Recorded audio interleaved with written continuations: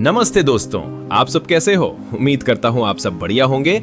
चलो मैं आज आपको दुनिया की सबसे ठंडी जगह लेके जाता हूँ। जरा अपनी आंखें बंद करो और एक जगह इमेजिन करो, एक ऐसी जगह जहां हर तरफ सिर्फ सफेद रंग हो।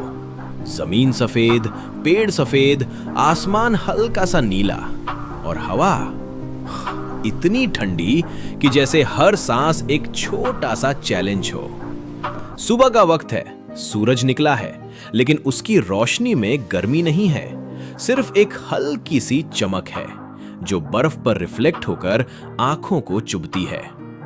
तुम अपने घर के अंदर खड़े हो, अंदर हल्की सी गर्माहट है, लेकिन जैसे ही तुम दरवाजा खोलते हो, एक तीखी ठंडी हवा तुम्हें धक्का देती है। वो हवा सिर्फ ठंडी नहीं होती, वो जिंदा लगती है, जैसे वो तुम्हें चैलेंज कर रही हो। तुम एक कदम बाहर रखते हो और तुरंत महसूस होता है कि ये दुनिया अलग है। यहां जिंदगी आसान नहीं है, यहां सरवाइव करना ही एक अचीवमेंट है।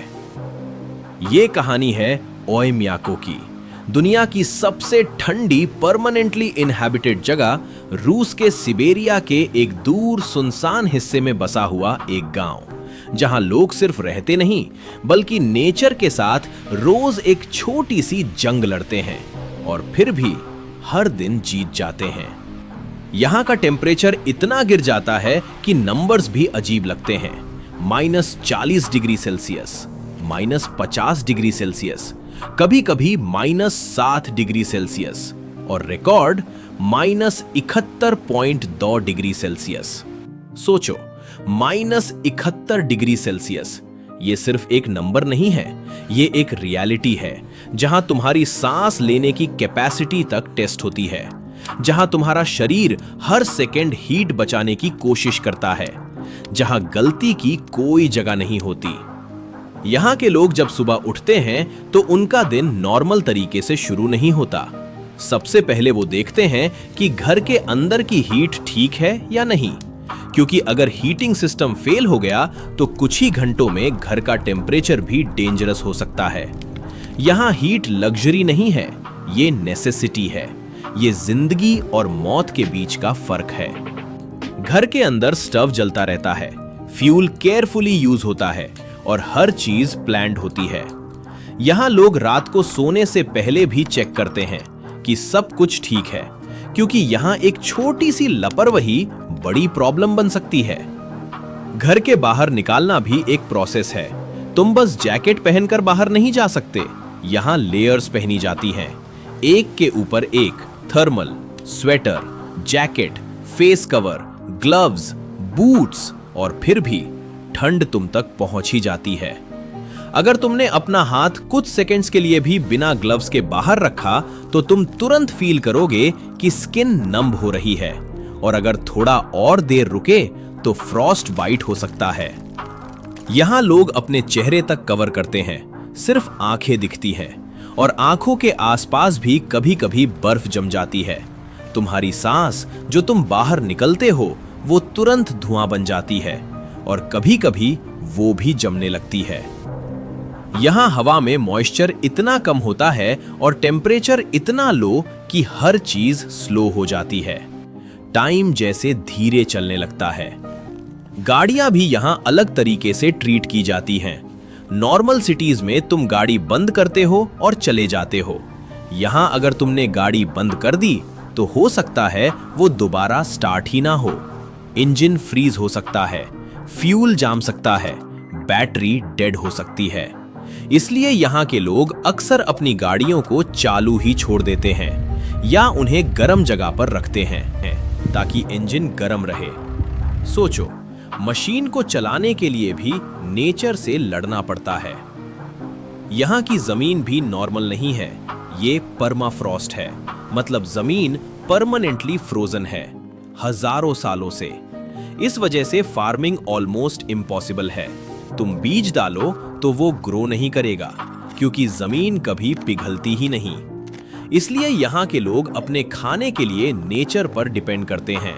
मीट, फिश और एनिमल फैट, उनकी डाइट हेवी होती है क्योंकि उन्हें अपने शरीर को गर्म रखना होता है, एनर्जी चाहिए होती है, और वो एनर्जी उन्हें यही से मिलती है। यहाँ के लोग फ्रोजन फिश तक खाते हैं डायरेक्ट, जैसे किसी ने आइसक्रीम खा ली हो। ये सब सुनने में अजीब लगता है, लेकिन उनके लिए ये नॉर्मल है। यहाँ बच्चे भी नॉर्मल लाइफ जीते हैं। वो स्कूल जाते हैं, खेलते हैं और हंसते हैं, लेकिन उनका नॉर्मल हमारे नॉर्मल से बहुत अलग है। अगर टेम्परेचर -52 डिग्री सेल्सियस से नीचे चला जाए तब स्कूल बंद होता है, वरना स्कूल चालू। मतलब -40 डिग्री सेल्सियस में भी बच्चे स्कूल जा रहे हैं। उनके लिए ये कोई बड़ी बात नहीं है, ये उनका रूटीन है। उनका बचपन इसी ठंड में गुजरता है और धीरे धीरे उनका शरीर और दिमाग दोनों इस एनवायरनमेंट के साथ एडजस्ट हो जाते हैं। यहाँ के लोग मेंटली भी स्ट्रांग होते हैं, क्योंकि उन्हें पता होता है कि उनके आसपास की दुनिया इजी नहीं है। यहाँ आइसोलेशन भी एक रियलिटी है। कई बार बर्फ इतनी ज्यादा गिरती है कि रोड्स ब्लॉक हो जाती हैं, फ्लाइट्स कैंसिल हो जाती हैं और लोग अपने गांव में ही रुक जाते हैं। दिन, हफ्ते, कभी कभी और ज्यादा, लेकिन फिर भी जिंदगी रुकती नहीं। लोग अपने काम में लगे रहते हैं, एक दूसरे की हेल्प करते हैं, कम्युनिटी स्ट्रांग होती है और शायद इसी वजह से वो सरवाइव कर पाते हैं। यहाँ एक और रियलिटी है जो शायद सुनने में हैवी लगे। यहाँ मौत भी आसान नहीं है। जमीन इतनी हार्ड फ्रोजन होती है कि कब्र खोदना मुश्किल हो जाता है। कभी कभी पहले जमीन को गर्म करना पड़ता है, फिर डिगिंग होती है। यहां जिंदगी हो या मौत, हर चीज मेहनत मांगती है। लेकिन इतनी मुश्किल के बीच यहां एक अलग ही सुकून है। रात को जब आसमान साफ होता है तो स्टार्स इतने क्लियर दिखते हैं जैसे किसी ने आसमान पर चमकते हुए बिंदु बना दिए हों। और कभी कभी आसमान में रंग बदलते हुए दिखते हैं, ग्रीन, पर्पल, अरोरा। एक नेचुरल लाइट शो जो सिर्फ कुछ जगहों पर ही देखने को मिलता है। और उस मोमेंट में तुम्हें लगता है कि शायद ये जगह इतनी बुरी नहीं है। यहां के लोग भी इसी ब्यूटी को फील करते हैं। उनके लिए ये सिर्फ स्ट्रगल नहीं है, ये उनका घर है, उनकी पहचान है, उनकी कहानी है। वो यहां इसलिए नहीं रहते क्योंकि उनके पास चॉइस नहीं है, बल्कि इसलिए क्योंकि ये उनकी दुनिया है। और शायद इंसान की सबसे बड़ी ताकत यही है कि वो हर जगह अडैप्ट कर लेता है, चाहे वो डेजर्ट हो, जंगल हो या फिर दुनिया की सबसे ठंडी जगह ही क्यों ना हो। ओयम्याकोन हमें ये सिखाता है कि कंफर्ट सब कुछ नहीं होता। कभी कभी रियल स्ट्रेंथ तब मिलती है जब कंडीशंस टफ होती है, जब हर दिन एक चैलेंज होता है और तुम फिर भी हार नहीं मानते। तो दोस्तों, ये थी कहानी एक ऐसी जगह की जहां जिंदगी आसान नहीं है, लेकिन फिर भी चल रही है। एक ऐसी जगह जहां हर सांस एक मेहनत है, लेकिन हर दिन एक जीत है।